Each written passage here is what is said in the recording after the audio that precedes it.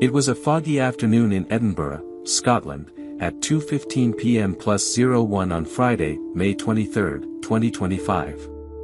The city was wrapped in a damp chill, the kind that seeped into your bones no matter how many layers you wore. Charlotte Evans, a 29-year-old travel writer from London, stood at the edge of Old Town, her breath visible in the air as she checked her phone for directions. She had arrived in Edinburgh that morning, her suitcase rattling over the cobblestones, on assignment for a travel magazine. Her task was to write a piece on Greystone Manor, a boutique hotel nestled in the outskirts of the city, known for its Georgian architecture, and its reputation for being haunted. Charlotte wasn't a believer in ghosts, but she knew a good story when she saw one, and Greystone's history of unexplained events had piqued her interest.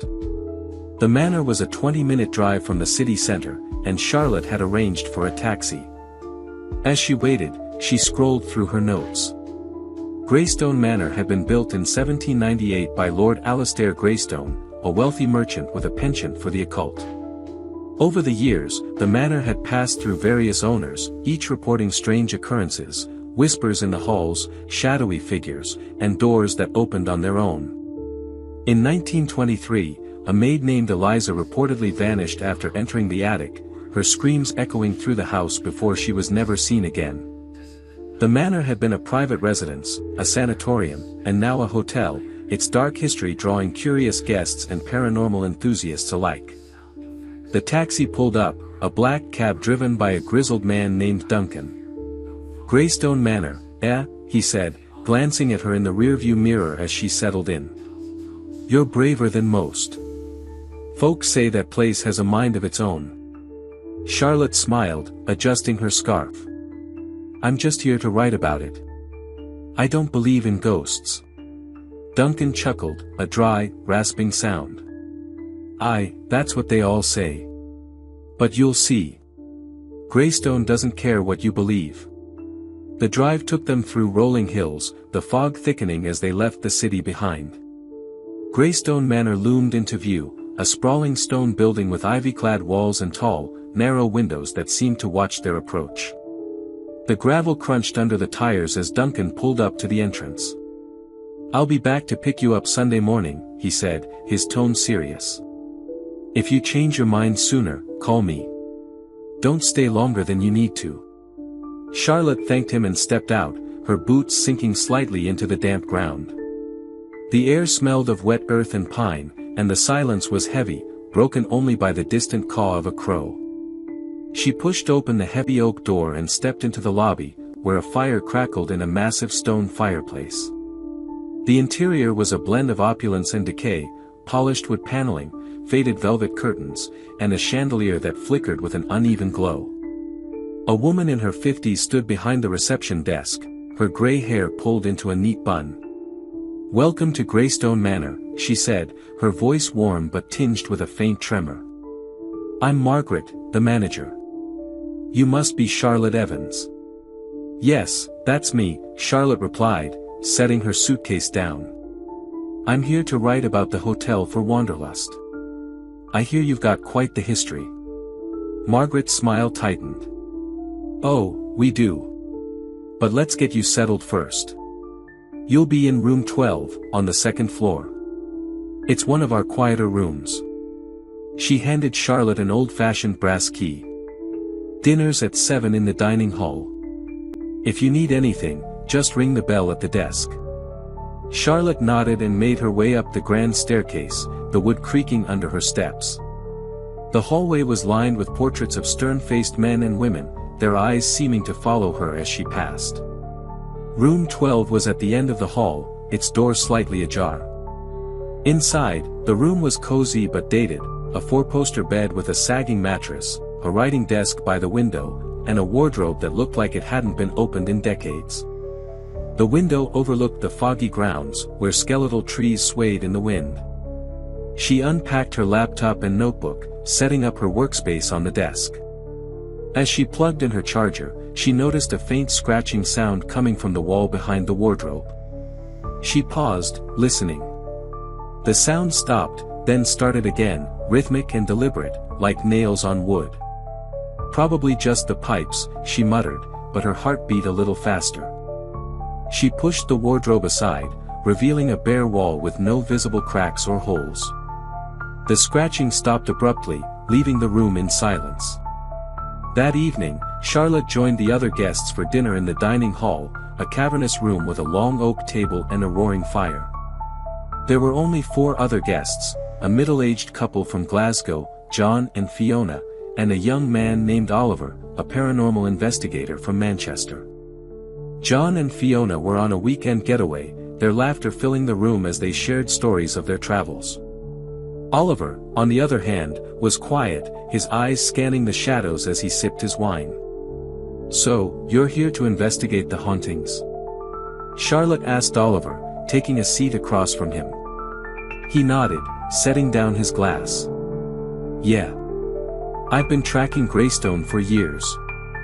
There's a lot of activity here, more than most places. I'm hoping to catch something on my EMF reader tonight." "You?" "I'm writing a travel piece," Charlotte said, cutting into her roast chicken. "I don't really believe in ghosts, but the history is fascinating." Fiona leaned in, her eyes wide. "Oh, you'll believe by the time you leave. We stayed here last year, and I swear I saw a woman in a white dress standing at the foot of our bed. She just stared at us, then vanished." John chuckled, patting his wife's hand. "You had too much wine, love. But I'll admit, this place gives me the creeps." Oliver's expression darkened. "It's not just imagination. The maid, Eliza, disappeared in the attic in 1923. Guests have reported seeing her ever since, always in a white dress, always looking for something. And then there's Lord Greystone himself. They say he conducted rituals in the basement, trying to summon something. Whatever it was, it never left." Charlotte raised an eyebrow, scribbling notes in her notebook. "Sounds like a good story. Have you ever seen anything, Oliver?" "Not yet," he admitted, his voice low. "But I've heard things. Whispers, footsteps. Last night, my recorder picked up a voice saying, 'Find me.' I think it's Eliza." The conversation left Charlotte unsettled, but she brushed it off as folklore meant to scare tourists. After dinner, she returned to her room, the manor's halls eerily silent except for the occasional groan of the old building settling. She sat at the desk, typing up her initial impressions, when the scratching returned, louder this time, more insistent. She froze, her fingers hovering over the keyboard. The sound seemed to come from inside the wardrobe now, a slow, deliberate scrape that sent a chill down her spine. She stood, her heart pounding, and approached the wardrobe. The door creaked as she opened it, revealing nothing but empty shelves and a faint musty smell. The scratching stopped, but as she turned away, she heard a whisper, so faint she wasn't sure it was real. "Help me," it said, the voice soft and feminine, tinged with despair. Charlotte spun around, her eyes darting around the room, but she was alone. "Okay, Charlotte, get a grip," she muttered, running a hand through her hair. She grabbed her phone and recorded a voice memo, describing the sound for her article. "It's probably just the wind," she told herself, but sleep didn't come easily that night. Every creak of the floorboards, every rustle of the curtains, made her jump. The next morning, Charlotte woke to a gray, dreary day, the fog thicker than ever. She met Oliver in the dining hall for breakfast, where he was reviewing footage from his camera. "Anything interesting?" she asked, pouring herself a cup of tea. He looked up, his face pale. "Listen to this." He played a recording from the night before, taken in the hallway outside the attic. Amid the static, a faint voice whispered, "Find me, in the dark." It was the same voice Charlotte had heard in her room. "That's unsettling," she admitted, her tea growing cold in her hands. "Do you think it's Eliza?" "I'm sure of it," Oliver said, his eyes intense. "I'm going to the attic tonight. You should come with me. It'll be good for your article." Charlotte hesitated. She wasn't a thrill seeker, but the journalist in her couldn't resist. "Fine. But if we get caught, you're taking the blame." That evening, after dinner, Charlotte and Oliver crept up the narrow staircase to the attic, their footsteps muffled by the threadbare carpet. The air grew colder with each step, the smell of dust and decay growing stronger. The attic door was locked, but Oliver produced a small lock-picking kit, his hands steady as he worked. "You've done this before," Charlotte whispered, her breath visible in the chill. "More times than I can count," he replied, grinning faintly. The lock clicked, and the door creaked open, revealing a dark, cavernous space filled with cobwebs and forgotten furniture. The air was heavy, oppressive, as if the attic itself was holding its breath. Oliver set up his equipment, an EMF reader, a digital recorder, and a night vision camera, while Charlotte held a flashlight, its beam trembling slightly in her hand. "Eliza," Oliver called softly, his voice echoing in the silence. "Are you here? We want to help you." For a moment, there was nothing but the sound of their breathing. Then the EMF reader beeped, its needle spiking. Charlotte's flashlight flickered, and a cold draft swept through the room, extinguishing the candle Oliver had lit. "Did you feel that?" Charlotte whispered, her voice shaking. "Yeah," Oliver said, checking his recorder. "She's here. Eliza, can you give us a sign?" The response was immediate, a loud bang from the far corner of the attic, as if something heavy had fallen. Charlotte jumped, her flashlight beam darting toward the sound. There, in the shadows, stood a figure, a woman in a white dress, her face pale and hollow, her eyes dark and unblinking. She raised a trembling hand, pointing at Charlotte, and whispered, "Find me, before he does." Charlotte's blood ran cold. "Who's he?" she stammered, but the figure vanished, leaving only the echo of her voice. Oliver grabbed her arm, his face pale. "We need to get out of here. Now." They stumbled down the stairs, their footsteps pounding in the silence, and didn't stop until they reached Charlotte's room. She locked the door, her hands shaking, while Oliver reviewed the footage. "Look at this," he said, his voice trembling. The camera had caught the woman's figure, but behind her, in the shadows, was another shape, taller, broader, its eyes glowing faintly red. It wasn't human. "That's Lord Greystone," Oliver whispered. "He's still here, guarding something. And he doesn't want us to find Eliza." Charlotte's mind raced. She thought of the stories, the rituals in the basement, the disappearances, the whispers. "We need to know more about Eliza," she said, her voice steadier than she felt. "If we can find out what happened to her, maybe we can help her." The next day, Charlotte and Oliver visited the Edinburgh City Archives, digging through old records with the help of a librarian named Miss Clara Thompson. They found a 1923 newspaper article about Eliza's disappearance, which mentioned a locked trunk in the attic that was never opened. There was also a journal entry from Lord Greystone, written in 1801, describing a ritual to bind his soul to the manor, using the life of a servant as a sacrifice. "He killed someone to stay here," Charlotte said, her voice hollow. "And I think Eliza was another victim." That night, they returned to the attic, armed with the journal and a crowbar to open the trunk. The air was colder than before, the shadows darker. As they pried open the trunk, a wave of cold air rushed out, and inside they found a bundle of letters, written by Eliza, detailing her fear of Lord Greystone, who had become obsessed with her.